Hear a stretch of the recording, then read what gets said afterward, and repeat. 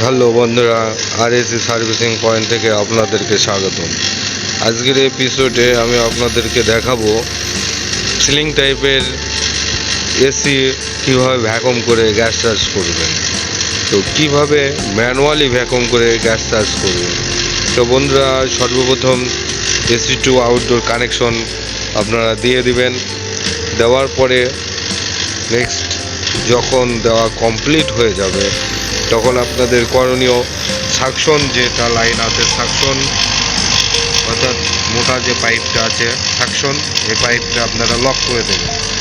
Discharge যে লাইনটা আছে ডিসচার্জ এটা আপনারা ওপেন করে দেবেন এবং সাকশনের এই জায়গাতে একটা হুড পাইপ নিয়ে এখানে লাগিয়ে দেবেন। দেওয়ার পরে কম্প্রেসারটি অর্থাৎ এসিটি অন করে দেবেন। তো বন্ধুরা, দেখতে থাকুন আমি কিভাবে ভ্যাকুম করে গ্যাস চার্জ করি। তো আমার চ্যানেলে যদি আপনারা নতুন হয়ে থাকেন তাহলে অবশ্যই চ্যানেলটিকে সাবস্ক্রাইব করে পাশে থাকা বেল আইকন বাটনটি টাইপ করে দেবেন।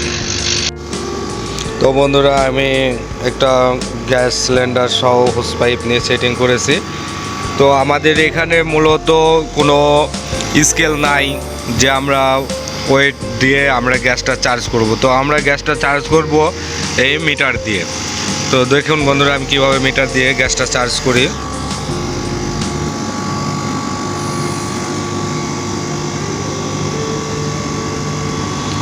আমাদের অল্প অল্প করে গ্যাস চার্জ করতে হবে, অল্প অল্প করে। দেখেন বন্ধুরা, গ্যাস চার্জ অল্প হওয়াতে কেমন আইস চলে এসছে, সাকশন পাইপ আইস চলে এসছে।